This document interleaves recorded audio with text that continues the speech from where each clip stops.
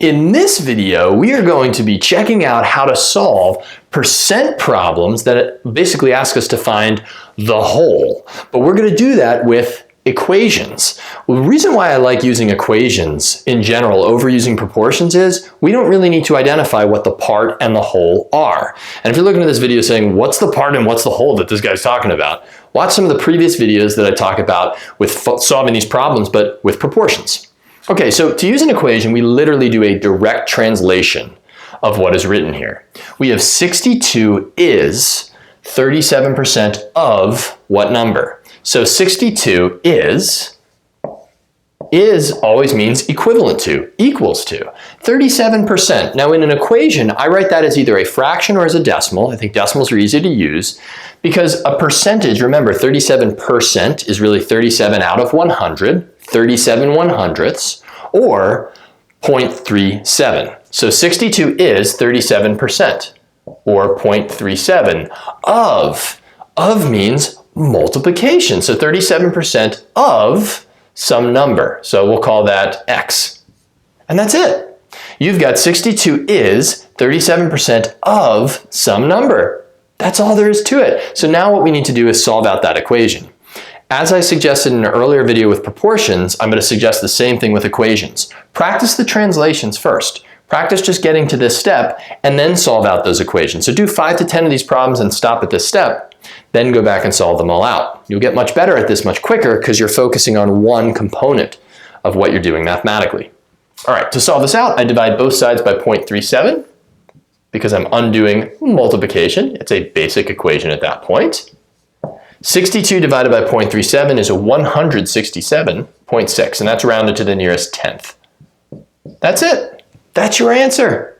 Awesome stuff. Legitimate answer, 37% of something is 62, which means we could do one thing. We could plug this back in and do 0.37 times this and see if we get 62 out, or just kind of reason it mentally and say 62 is roughly 60, is roughly 33%, so it's roughly a third of some number. So if we're a third of something, if I triple 60, I get 180. That gives me a decent approximation of what my answer should be. And we're in that ballpark, so it's a legitimate answer. All right, let's translate this one into an equation. So we've got 89 is. I stop there and I translate it. So 89 is, so that's equals 125%. That's 125 out of 100, or 1.25 of what number? Well, I don't know. Of something. So times x. And again, here we've got a direct translation. All we got to do now is solve it. So to undo 1.25 times x, I divide both sides by 1.25, undoing both the division of, undoing 1.25 times x with division of 1.25, and of course doing the same thing to both sides of the equation. So you get 89 divided by 1.25. I did the calculations out before. They're right down here off screen. It's 71.2.